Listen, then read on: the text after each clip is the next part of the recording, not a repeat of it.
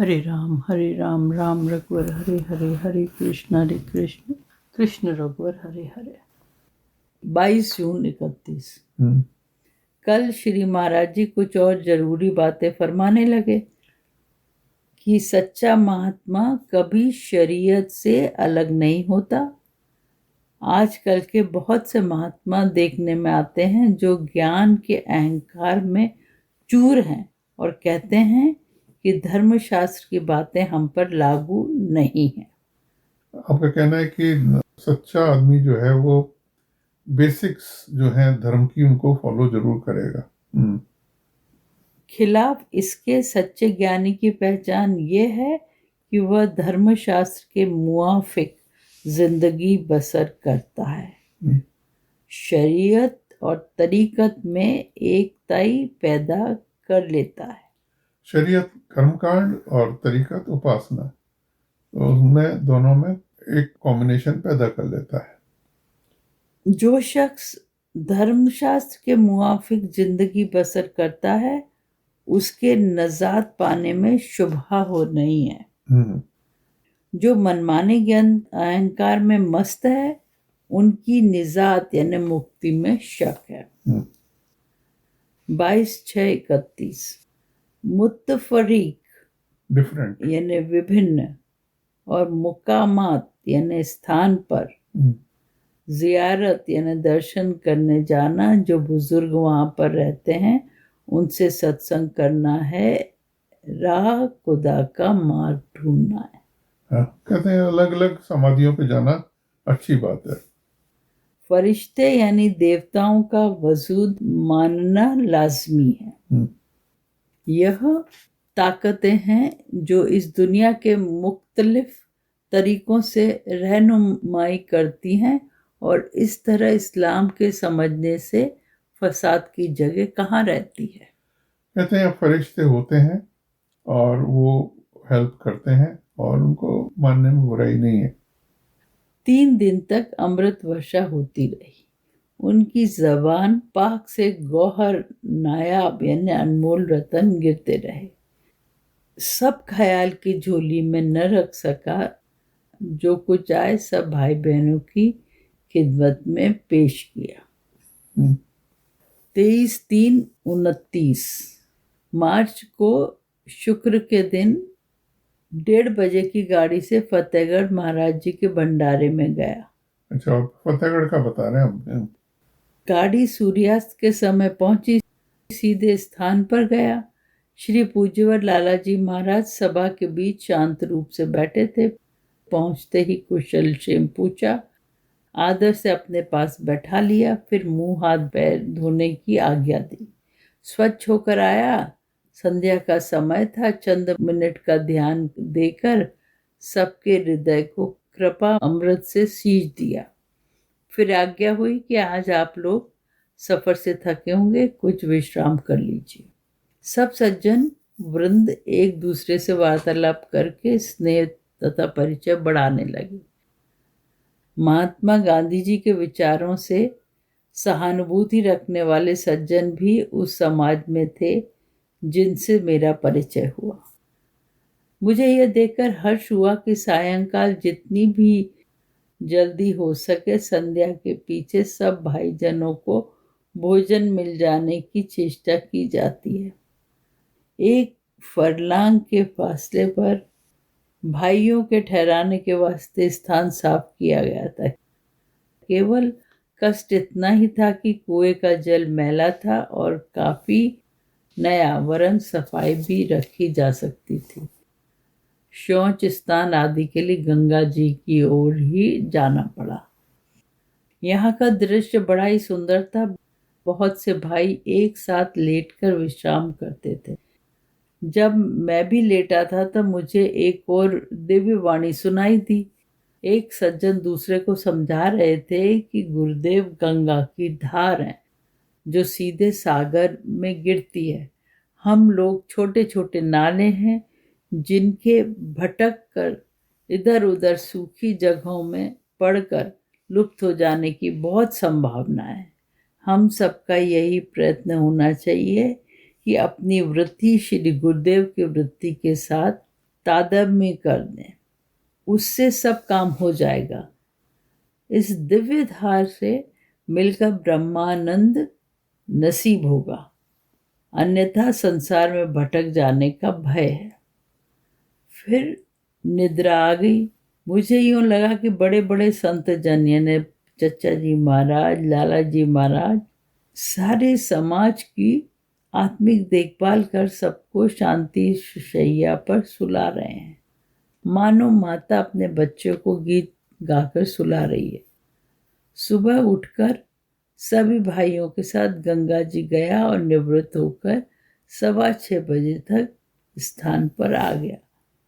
सब सज्जनों के साथ पूज्यवर लाला जी महाराज के स्थान पर शामियानों के नीचे सभा जुटने लगी। श्री लाला जी महाराज ने अपना दिव्य भाषण दिया। आपने समझाया कि मजहब यानी धर्म क्या है और मत क्या है। अब मजहब का बताया उन्होंने कि यह वह मार्ग है जिस पर चलकर हम परम भगवत पद को प्राप्त हो जावे। मार्ग में जितनी कठिनाइयां हैं उनसे हमें बचाता हुआ सही सलामती से इष्ट पद यानी मंजिल मकसूद तक पहुंचा दे। 30/3/39 यानी 39 की बात है, बाद में 30 मार्च। आज श्री लाला जी महाराज ने समझाया, कुछ गलत होगा मेरे ख्याल से 29 ही होना चाहिए। 29 ही होगा। आज श्री लाला जी महाराज ने समझाया कि लड़ाई झगड़ा नासमझी से होता है। मजहब के विषय में आपने ऐसी सुंदरता से समझाया कि कोई बात छूटने नहीं पाई। जब 9 बजने को आए तो आपने इसे समाप्त किया। जलपान के लिए प्रसाद वितरण हुआ और फिर सब आपस में वार्तालाप करने लगे। दोपहर को भोजन हुआ, कुछ देर फिर विश्राम हुआ। तीसरे पहर को कई सत्संगी भाई महात्मा जी की वाणी सुनने के लिए एकत्रित हुए। स्वयं महात्मा जी भी पधारे जहाँ पर सब ठहरे हुए थे। इस पहर का विषय बहुत जरूरी काम का था। आपने हिंदू धर्म में प्रचलित कुछ कुरीतियों का जिक्र किया। इतने धन का अपव्यय करना और दीन दुखी भाई बहनों का हाल कुछ भी न पूछना धर्म नहीं कहा जा सकता। जिस धन से गरीबों के आंसू नहीं पूछते वह धन तुच्छ है। जहाँ तक हो सके सबको चाहिए धन बचाकर दुखी जीवों का उपकार करें। कोई समाज या सभा बिना धन के चल नहीं सकती। अतः श्री महाराज जी ने बड़े ही करुणाजनक शब्दों में सब भाइयों से अपील की कि धन को सुमार्ग में व्यय करें। उन्होंने बहुत ही सुंदर ढंग से कहा कि मनुष्य केवल आत्मा ही नहीं है, उसमें शरीर भी है। सबकी ओर उचित ध्यान देना कर्तव्य है। कोई यह शंका करने लगते हैं कि आत्मा को शरीर से क्या काम, वह बड़ी भूल करते हैं। शरीर उस आत्मा का मंदिर है। महात्मा लोग शरीर को बड़े यत्न से देख रेख करते हैं। जिस समाज की आर्थिक स्थिति अच्छी नहीं उसके ठहराव में संदेह है। शाम को सब भाई लोग महाराज जी के पास जमा हुए। इस बार सत्संग का महत्व समझाया कि जिस प्रकार शराबी के पास बैठते बैठते चंद दिनों के बाद ही शराब पीने की इच्छा उदय होती है, जुआरी की सोबत में जुए की, ठीक उसी प्रकार साधु जने के पास बैठने से चित्त की वृत्ति शुद्ध होने लगती है।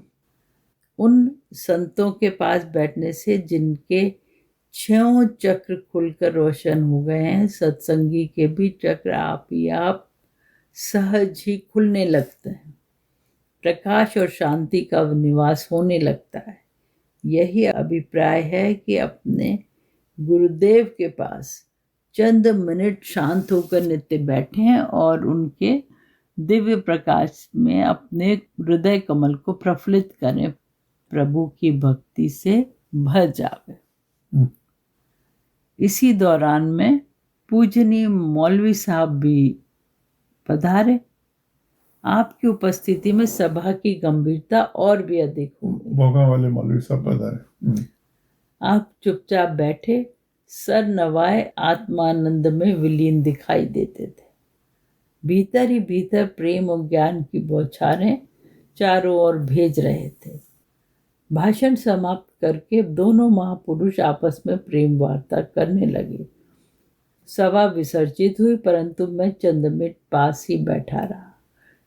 पूज्यवर मौलवी साहब भक्तजनों से फरमाने लगे कि देखो, भक्ति इसे कहते हैं। बीवी बाल बच्चे होते हुए भी उस प्रभु की मोहब्बत से दिल कैसा भरा है। सायंकाल का भोजन हो जाने पे फिर रात्रि का विश्राम हुआ। फिर 4 बजे फारिग होकर गंगा के स्नान करके 6 बजे लौटा। 6:15 बजे के लगभग महात्मा जी सभा मंडप में आ गए। कैसी शांति बरसती थी। तनिक देर में 2 सज्जन खादी से आभूषित स्वयं सेवक का चिन्ह पहने आए। महाराज जी ने प्रेम से बैठाया। सभा मंडप भर गया। आपका भाषण महत्वपूर्ण था कि मत क्या है और सनातन धर्म क्या है। वह तरीकत जो प्रभु की प्राप्ति की सदैव से है और रहेगी, जिसमें किसी प्रकार के परिवर्तन की जगह नहीं है, शुद्ध मार्ग है, वही सनातन धर्म है। आर्य का अर्थ श्रेष्ठ है। आर्य धर्म वह धर्म है जिससे श्रेष्ठ पद की प्राप्ति होती है। सबसे श्रेष्ठ पद है भगवान का पदम अर्थात निर्वाण। विचार की दृष्टि फैलाई जावे तो सभी मतांतरों का एक ही ध्येय, एक ही अर्थ भासता है। बुद्धिमान लोग समझकर स्वयं शांत रह जाते हैं। फतेहगढ़ में भंडारे में इतनी कृपा बरसती थी, ये तो दिख रहा है। ऐसी काफी बातें हैं और इन्होंने इतना कहीं डिटेल में आया नहीं फतेहगढ़ भंडारे के बारे में जितना इसमें पीयूष वाणी में गांधी जी ने लिख दिया है। इस्लाम धर्म की भी बुनियाद प्रेम और शांति में है। बड़े बड़े महात्माओं ने जो भारत में हुए हैं, अपनी अपनी रीति पर एक ही शुद्ध नित्य चैतन्य सर्वव्यापी प्रभु की उपासना बतलाई है। कहने सुनने का भेद है। निर्वाण पद एक ही है, जो जितना उसके समीप जा सके उतना ही सूक्ष्म विचारों से अपने अनुभव को प्रकट करता है। 3 रात्रि प्रधान हैं, शिवरात्रि, ब्रह्मा जी की रात्रि और महाराज विष्णु जी की रात्रि। शिवरात्रि में पुराने शरीर का जरा जरा निकल जाता है। वह अहंकार की रात्रि है। इस रात्रि को ध्यान में ऐसा मग्न हो जाना चाहिए कि अपने को, ईश्वर को और गुरुदेव को, तीनों को भूल जाए। शिवरात्रि में रात भर जगकर अपने को, गुरु को और ईश्वर तीनों को भूल जाओ। ये आखिरी अवस्था है। ये महाजन तप सतलोक के बाद की हालत है। उसकी प्रैक्टिस करने के लिए चचे महाराज कहते हैं। होली की रात्रि ब्रह्मा जी की रात्रि है। जब पूर्णिमा और प्रतिपदा दोनों मिलते हैं, इस रात्रि में नवीन जर्रे उत्पन्न होते हैं, जिनसे नया शरीर बनता है। कम से कम 3 दिन और अधिक से अधिक 5 दिन ध्यान में मग्न रहे। होली के टाइम पे। हाँ, यही सब मिलना जुलना है। 3 दिन कच्चा नवीन अन्न भूनकर खाना चाहिए और टेसू के फूल के रंग में भीगना चाहिए। अच्छा, होली पे। दिवाली विष्णु भगवान की रात्रि है। इस रात्रि को शरीर पक्का होता है। इस रात्रि को भुषुंडी जी को हृदय का ज्ञान हुआ था। मन को हारे थे और हृदय को जीते थे। मन को हारकर हृदय को जीतना चाहिए। इस दिन ईश्वर अपनी संपत्ति देता है। अच्छा। ये तीनों रात्रियां यानी शिवरात्रि, ब्रह्मा जी की रात्रि और विष्णु भगवान की मतलब रात्रि, शिवरात्रि, होली और दिवाली। हाँ, हम्म, ये तीनों को परमेश्वर की याद में बितानी चाहिए। संत जनों के लिए हर रोज होली और हर रात्रि दिवाली है। हम्म, छोटे भाई को पुत्रवत प्यार करना चाहिए, यही धर्म है। स्त्री को चाहिए कि वह अपने देवर को अपने लड़के के समान पाले पोसे। पूजा के पीछे जो कुछ खाया पिया जाए उससे शुद्ध सात्विक रस बनकर शरीर में फैलता है, हम्म, जिसमें सब भाइयों की सेवा करने का बल आता है। हम्म, पूजा और भजन में बड़ा अंतर है। पूजा में पाबंदी की जंजीर है, भजन में आनंद और स्वतंत्रता का अमृत रस है। हम्म, संत जन भजन करते हैं, पूजन और भजन दोनों लाजमी है।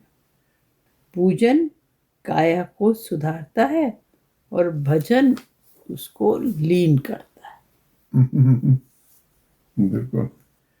जिसने पैसे को अपना पैसा समझा वही बांधा जाता है, वही बांधा जाता है। जिसने हम्म, उसे सबका समझा वही बचता है। आपने दो बातें जो मुश्किल पड़ती हैं हर साधक को, कंचन और कामिनी की, इन दो का ऐसा निषेध किया है।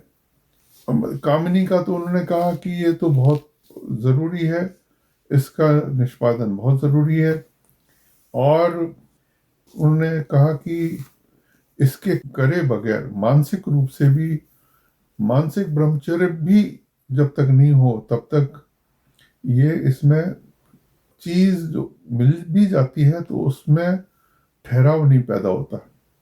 इसलिए ब्रह्मचर्य बहुत जबरदस्त बताया उन्होंने, मानसिक भी। वैचारिक ब्रह्मचर्य उन्होंने बहुत जोर दिया है। शारीरिक, वैचारिक और आध्यात्मिक ब्रह्मचर्य तो ये है कि फिर उसी के अंदर गुम हो जाना है, मालिक की याद में गुम हो जाना है। फिर उन्होंने पैसे का बताया है कंचन के लिए। हम लोग गृहस्थ लोग हैं, तो उन्होंने कहा है कि इसमें ऐसा तो है नहीं कि हम पैसे को हाथ ही नहीं लगाएं और किसी तरह, ये तो उन्होंने कहा कि अपने पैसे को अपना मत समझो, फिर सबका समझो। और कई बार उन्होंने इशारे में भी कहा कि बजुज खिलमते खल्क नेस्त, इबादत बजुज खल्क नेस्त, सामान्य लोगों की मदद करना, हेल्प करना और उनकी सहायता करना ही इबादत है। असल में इबादत वही है।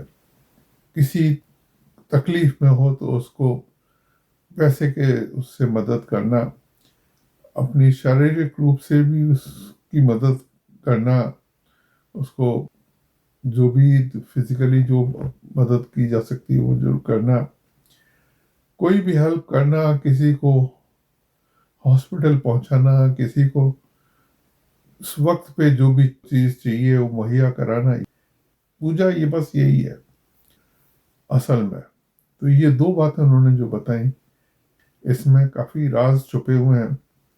चचे महाराज की वाणी बड़ी साफ तौर पे निकल के, दो तीन चीजें उसमें बड़ी साफ निकल के आती हैं। पहली बात तो यह है कि खुद को मिटा दो, याद ने तेरी किया खुद को फरामोश मुझे, अब तो भूले से भी आए न कभी होश मुझे। यही अकर्ता भाव है चचे महाराज के जीवन में, ऐसा ही देखा गया था। और पीयूष वाणी में तीन बातें जो निकल के आई उनमें पहली तो ये है कि वो अपने में थे ही नहीं, वो काम होते हुए भी नहीं थे, करते हुए भी नहीं कर रहे थे, बोलते हुए भी नहीं बोल रहे थे। वो खुद तो कहीं और ट्रांसपोर्ट हो चुके थे। बॉडी जो थी वो गुरु की थी या ईश्वर की थी। ये है असली अकर्ता भाव। दूसरी चीज पीयूष वाणी में निकल के आई वो ये है कि मर जाओ, मरने के पहले मर जाओ। दिन में एक बार कम से कम अपने को देखो कि आप अर्थी पे पड़े हुए हो, आप जलाए जा रहे हो, आप जल रहे हो। ये दिन में एक बार जरूर इसको विचार कर लो। और साथ में ऐसा करो जैसा कि मुर्दा करता है। मुर्दे की कोई डिमांड नहीं होती, न अच्छा वासना कामना कुछ नहीं होती, न उसे भूख लगती है, न प्यास लगती है, न वो कुछ मांगता है। कोई उसको दुत्कारता है तो उसे फर्क नहीं पड़ता, कोई उसकी तारीफ करता है तो उसे फर्क नहीं पड़ता। ऐसा हो जाओ। ये दूसरी बात पीयूषवाणी में निकल के आई। हर थोड़े 2-4 पेज के बाद ये बात जरूर आती थी, मर जाओ, मरने के पहले मर जाओ। तीसरी चीज जो निकल के आई इसमें वो ये है कि कई बार आपने इशारे में बताया, पूजा करते हुए, ध्यान करते हुए गर्क हो जाओ। ये तो पहली स्टेज है जिसमें कि आपका ख्याल ही नहीं रहा, आपकी समाधि लग गई। लेकिन इससे भी बड़ी चीज है जागृत समाधि, जिसमें कि आप चैतन्य रूप से होके समाधियों को, जो भी हो रही है ईश्वर की जो भी बातें हो रही हैं, जो भी समाधियां हो रही हैं, वो चैतन्य समाधि के रूप में उसे देखो। इसे हुजूर महाराज ने तो, वो तो खुली आंखों ही देखते थे इसको, समाधि की हालत में उस खुली आंखों देखते थे। चचे महाराज ने इसको कहा है कि चैतन्य समाधि ज्यादा जरूरी है। गर्क हो जाना पहला स्टेज है, चैतन्य हो जाना दूसरा स्टेज है, और तीसरा स्टेज है सहज हो जाना, सहज समाधि में चले जाना। सहज समाधि इससे आगे की चीज है, जिसमें कि आप देखने वाले भी खत्म हो जाता है, उसमें सिर्फ ईश्वर रह जाता है। वो वही वाली स्टेज है जो पहली वाली जो बात आती है कि याद ने तेरी किया खुद से फरामोश मुझे, मैं हूं ही नहीं। उसमें अकर्ता हो गया, अमानी हो गया, और वो है ही नहीं। तो ये बातें पीयूषवाणी में बहुत साफ तौर पे निकल के आई हैं। 4-1-31 ख्वाबहे दौलते दुनिया न जन्न तरा तलबगारम। एक बस रुको जरा। न ख्वाबहे दौलते दुनिया न जन्नत रा तलबगारा, मुझे दुनिया के दौलत की जरूरत नहीं है, मेरे को ख्वाब भी नहीं है दुनिया की दौलत का। ख्वाब में भी दौलत दुनिया नहीं मुझे चाहिए। नहीं, दुनिया की दौलत चाहिए नहीं, और मुझे जन्नत भी नहीं चाहिए, मुझको स्वर्ग भी नहीं चाहिए, उसकी भी जन्नत की भी तलब नहीं। तलब नहीं है। दिलो जामी फरेशम। फरोशम, मैं दिलो जान, पूरी लाइन पढ़ दो। दिलो जामी फरेशम दर्द इश्क तुरा खरीदम। मैं दिलो जान बेचता हूँ, फरोश करता हूँ। फरोश मतलब व्यापार करता हूँ। और मैं क्या खरीदता हूँ? मैं दिल दर्द खरीदता हूँ, दिल का दर्द खरीदता हूँ मैं। न पेशे नम इबादत शुद न पोशिदम रियाजत रा। न मेरे से कोई इबादत हो सकी है, मैं कोई पूजा भी नहीं कर पाया हूँ। न पोशिदम रियाजत रा। न कोई मेरे से रियाजत हो चुकी। रियाजत कहते हैं अभ्यास को, ध्यान करके बैठना, पूजा जाप, ध्यान और जाप, मेरे से कुछ भी नहीं हो सका है। नजर बर फजल तो दारम हाँ, की सरापा गुनह गारम।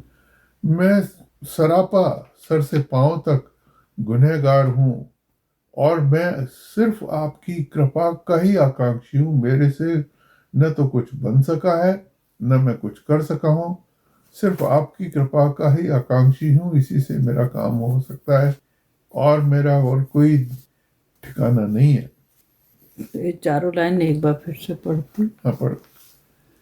न ख्वाहे दौलते दुनिया ख्वाहिश दौलत दुनिया, न जन्न तरा तलब गारम। दिलो जाम की मी फरोशम दर्द इश्क तुरा खरीदम। खरीदो। न पेश नम इबादत शुद न पोशीदम रियाजत रा।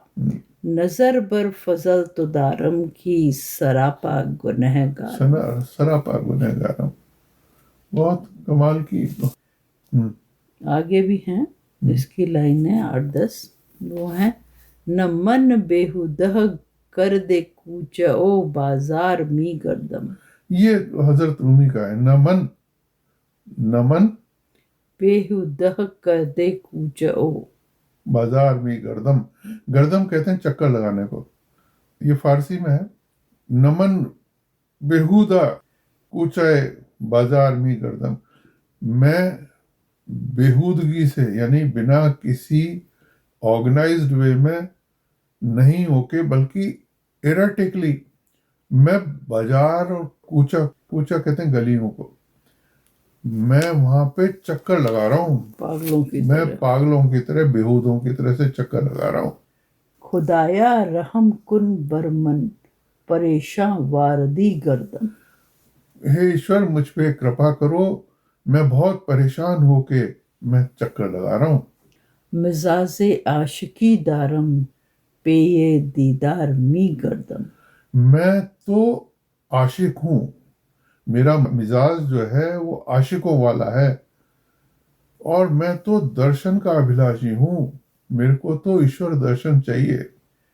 मैं इसलिए ये कूचा बाजार में मैं चक्कर के चक्कर लगाए जा रहा हूँ। ये हजरत उमी के विरलिंग दरवेश थे, वो गोल घूमते थे वो, तो वो उससे भी रिलेटेड है ये। खताकारम गुनहगार, गुनहगारम बहाले जार मी बहाले गर्दम। जार मी कदम। मैं खताकार हूँ, मेरे से बहुत गलतियां हुई हैं, मैं गुनहगार हूँ। बहाले जार मी कदम, मेरा हाल फटेहाल हो गया हूँ मैं, लेकिन मैं कूचा बाजार में बस चक्कर लगा रहा बेहूदों की हूँ। तरह चक्कर लगा रहा हूँ। मसीहा दर दिलम पैदा व मन बीमार मी करदम। और मेरे बीमार मन के अंदर एक मसीहा पैदा हो गया है। मेरे मेरे हृदय में वो गुरु की ज्योति, ईश्वर की ज्योति जाग चुकी है, और उसी का ही मेरे को सहारा मिल रहा है, इसीलिए मैं चक्कर लगा रहा हूँ। बराए गौहरे मानी व दरिया कार मी गर्दम। और तो और, मैं तो गौहर कहते हैं मोती को, मैं मोती की खोज में, मैं दरिया कहते हैं समुद्र को, मैं समुद्र के अंदर भी चक्कर लगा रहा हूँ। बमा साकी इनायत कुन मैं मौलाना रूमी रा। हे ईश्वर, साकी ईश्वर को बोला है, हे ईश्वर, इस मौलाना रूमी पर तू महान कृपा कर दे किसी तरह से। गुलाम शम्स शम्स तबरेज़म, तबरेज हाँ, कलंदर वार मी मैं गर्दम। तो शम्स तबरेज का गुलाम हूँ। उनके गुरु का नाम शम्स तबरेज रहमतुल्लाह था। मैं उनका कलंदर गुलाम वार हूँ, मी गर्दम। और मैं कलंदर की तरह से ये चक्कर लगा रहा हूँ कूचा बाजार में, बेहूदों की तरह से, बिना ऑर्गेनाइज वे में।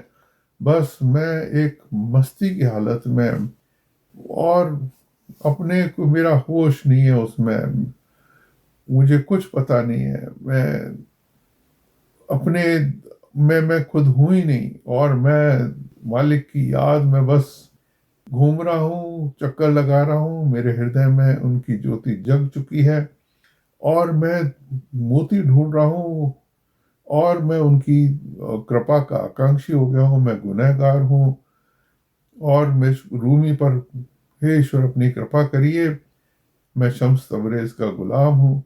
बस मेरा कोई और सहारा नहीं है, आप ही मेरे सब कुछ हो, और मैं अपने को भूल कर इस एक उन्माद में कूच और बाजार में चक्कर लगा रहा हूँ। बहुत कमाल की ये इसमें नुसरत फतेह अली ने एक गाई है कव्वाली, जिसमें शायद मीनिंग भी लिखे हुए हैं इसके, कव्वाली में इंग्लिश में है मीनिंग उसके। एक अलग से 4 लाइनें हैं। सही न जाए चितवन की चोटें, क्या तुम घायल अकेले कासिम। आहा, कि ये मामला है उस पूर्ण गुरु के दरबार का, जहां पर जितने शिष्य आ रहे हैं वो घायल होते जा रहे हैं। बस एक एक करके जो भी आ रहा है वो गिरता चला जा रहा है, मरता चला जा रहा है। कोई हंस रहा है, कोई रो रहा है, कोई दिल पकड़ के अपने को आंसू निकाल रहा है, कोई कोई पड़ा ही हुआ है, कोई कोई बेहोश हो गया है। गुरु के दरबार के घायल बड़े जबरदस्त होते हैं, और ऐसा गुरु भी बड़ा जबरदस्त होता है जिसके पास जो आ जाते हैं वो जिनको मस्त कर देता है। तो इसमें यही है, खाए जा दिल की चोटें। कितने पड़े वाके द्वार पर लौटे, सही कितने न पड़े, जाए चितवन की कितने चोटें। पड़े वाके द्वार पे लौटे, उसके दरवाजे पे कितने लौट रहे हैं। आगे सही न जाए सहाय चितवन चितवन। की। ये बेदम शाह वारसी की एक, ये तो खैर पता नहीं किसका लिखा हुआ है, लेकिन बेदम शाह वारसी की एक गजल है। उसमें ये है कि उसके दरवाजे पे पहुंच चुके हैं और कोई अपना दिल पकड़ के रो रहा है। देखा दरे यार पे हंगामा बरपा, देखा दरे यार पे हंगामा बरपा, गुरु के दरवाजे पे हंगामा हो गया। जाबाजों का मेला था जहां पे जान लुटाने वालों का मेला हो गया था। कोई दिल थाम के कोई था सिसकता, कोई दिल थाम के सिसक रहा था, रो रहा था। कोई जिगर थाम के करता था नाला। नाला कहते हैं रोने को, बहुत जोर से रोदन, चीख के रोने को कहते हैं नाला करना। देखा दरे यार पे हंगामा बरपा, जाबाजों का मेला था, दिलवालों का मेला। कोई जिगर थाम के करता था नाला, कोई था सिसकता। ये हाल है, होता है गुरु के दरवाजे पे, समर्थ गुरु के दरवाजे पे। कोई नहीं छूटता, सब अपने को लुटा के जाते हैं। 23/4/38। पिछले सप्ताह जनाब लालाजी साहब के भंडारे में सुबह 15 तारीख को रावतपुर से 6 बजे गाड़ी पर चढ़ा और 10 बजे पहुंचा। रात आनंदवत थी। पहुंचकर माता जी का दर्शन हुआ। मुंशी चिमन लाल जी ने पूजा कराई और सुंदर चिमनलाल जी उपदेश मुख्तार किया। साहब ने, ये चिमनलाल जी मुख्तार साहब का नाम आया है विश्ववाणी में दो एक बार। ये हुजूर महाराज के शिष्य थे, लाला जी महाराज के गुरु भाई थे, चचा जी महाराज के गुरु भाई थे। चचा जी महाराज को इन्होंने बहुत गहरी साधनाओं में से निकाला था। बाद में उनको अपनी गलती मालूम पड़ी कि मुझे अपने गुरु भाई को इतनी कठिन साधनाओं से नहीं निकालना चाहिए था। और ये चिमनलाल जी मुख्तार साहब जयपुर वाले चचा जी महाराज के बहनोई भी थे, सगे बहनोई। इनकी बहन से शादी जयपुर वाले चचा जी महाराज की हुई थी। ये भी बहुत ऊंचे कोटि के बुजुर्ग हुए। इन्होंने ही हे दीन बंधु दयाल गुरु के बाहें सब गुण गाँव में ये इन्होंने लिखी है। और जब लिखने के बाद फिर उन्होंने लाला जी महाराज को पेश करी कि ये मैंने लिखी है। लाला जी महाराज ने फिर उस में करेक्शन किए, करेक्शन करके हाथों में उस लेके उस कागज को ईश्वर के दरबार में प्रार्थना करी कि इस प्रार्थना को जो बोले उस पे आप अपनी महान कृपा करिए। और ये बात सच है, इस प्रार्थना को सुनने वाला बोलने वाले पे कृपा होती है। ये लाला जी महाराज की हुई जो उन्होंने जो आत्मिक शक्ति इसमें डाली हुई है इस प्रार्थना में, वो सिर पे चढ़ के बोलती है बात। ये इस बात कमाल की बात। पर लिखने वाले चिमनलाल जी मुख्तार थे, जिनका कहीं नाम नहीं आया। कुछ लोग ये समझते होंगे कि अब तो जनाब लालाजी साहब तो हैं नहीं, तब क्या करें। ये बड़ी भूल है। ये चिमनलाल जी मुख्तार साहब बोल रहे हैं। पूज्य लालाजी महाराज पूर्ववत नित्य विराजते हैं। हाँ, पहले तो कुछ शारीरिक बंधन में थे और उनकी शक्ति परिमित थी, परंतु अब बंधन नहीं रहे। अब स्वच्छंद स्वरूप से हर समय हर जगह हाजिर हैं। प्रेमी भक्तजनों के हृदय में तो सदा निवास करते हैं। बिल्कुल, लाला जी महाराज बहुत ही सर्वत्र हो गए, वो सर्वत्र हो गए हैं और बहुत पहले से कहीं ज्यादा पावरफुल और कृपावान हो गए हैं। प्रेमीजन भक्तों के हृदय में तो सदा निवास करते हैं। वे सभी आए हुए भक्तों के हृदय का सुधार कर रहे हैं। हम्म, इसकी जांच आपको स्वयं यहाँ 3 दिन ठहरकर जाने पर हो जाएगी। वे निरंतर साधकों के हृदय में ज्ञान और प्रेम जागृत कर रहे हैं। अधिकारी अनाधिकारी बिना भेदभाव के सबको ज्ञान अमृत पिला रहे हैं। वे जीवन काल ही से साधकों से कठिन क्रिया कराने में हिचकते थे। वे खुद ही सब कुछ करके ईश्वर के पाद पद्मों में पहुंचाते थे। ये चमला जी मुक्ता साहब बता रहे हैं लाला जी महाराज के लिए। आपने स्थिर सुखासन के बारे में भी बतलाया। वही आसन सुंदर है जिसमें हम बगैर हिले डुले 1 या 1.5 घंटे बैठ सकें, क्योंकि चित्त की एकाग्रता के लिए आसन की सिद्धि जरूरी है। 11 बजे भोजन किया, तनिक विश्राम करके मुनीम जी साहब के साथ समाधि पर गया। वहां 2 बजे से व्याख्यान तथा विनिमय के कार्य की तैयारी हुई। केसर कपूर कटोरे में रखा गया। फाटक पर छिड़काव हुआ। ठीक 2 बजे बड़े आए। बड़े भैया आए। सब भाई इकट्ठा हुए। आपने जनाब लाला जी महाराज का लेख पढ़ा। बहुत तरतीब और तरबियत पर था। तरतीब और तरबियत। तरतीब कहते हैं एक ऑर्डर को, एक ऑर्गेनाइज्ड वे को, और तरबियत कहते हैं आपकी इच्छा, आपकी अब पूजा करने की भावना है उसको। मन का सुधार ही मुख्य बात है। उनका कहना है मन को ऑर्डरली वे में उसको टू मेक, मन को इंटरेस्टेड करना पड़ता है, झुकाना पड़ता है पूजा के लिए। सत्संग का ध्येय ही यह है कि मन का सुधार हो। जब तक यह नहीं होता तब तक परोपकार का अच्छा फल नहीं होता। चंचल मन का दान औरों की तबीयत को चंचल बनाता है। चंचल मन वाले के स्कूल और कॉलेज के विद्यार्थी भी चंचल ही होते हैं। दुनिया में सबसे बड़ा उपकार वही कर रहा है जो अपने मन को सुधार रहा है।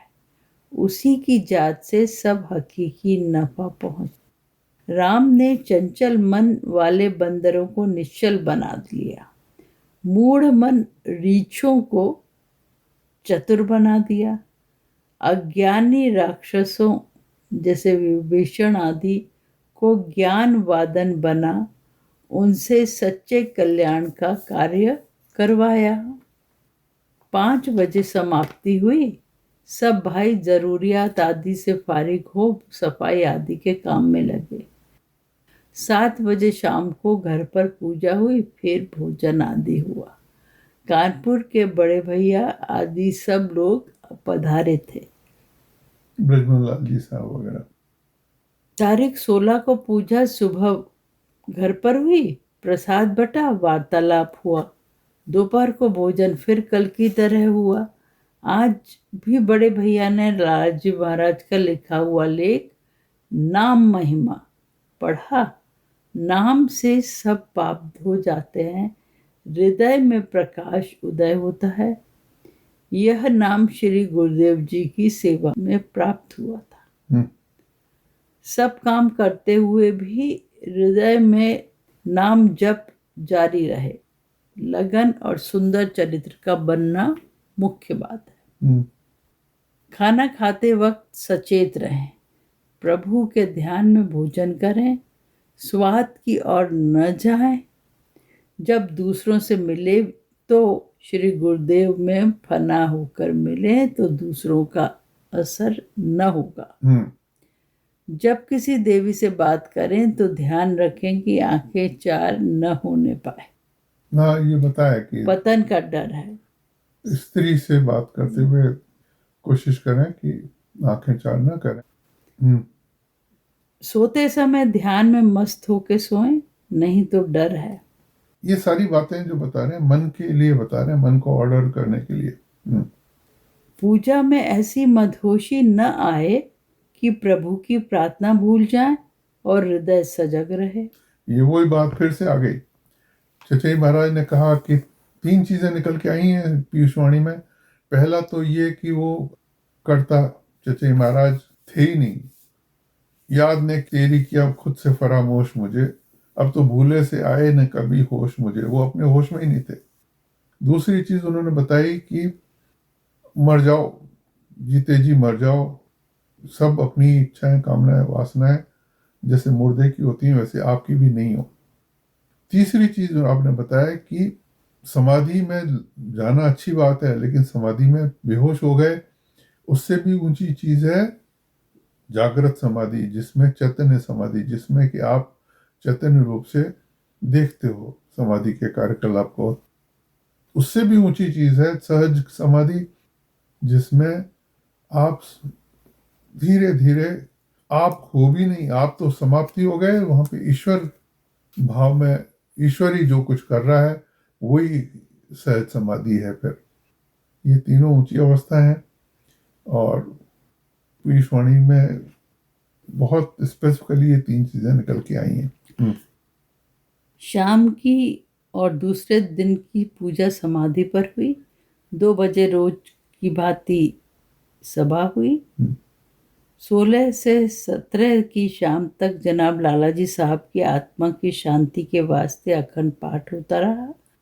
17 की शाम को समाधि पर पूजन, शांति पूजन, फिर घर पर प्रसाद वितरण। रात्रि को 10 बजे रवाना होकर 5 बजे घर पहुंचा। तारीख 15, 16 और 17 तक भंडारे। चित्त अत्यंत निर्भय रहा। गुरुदेव की महिमा आप ही भासती रही। ओम शम। पीयूषवाणी अब समाप्त हो रही है।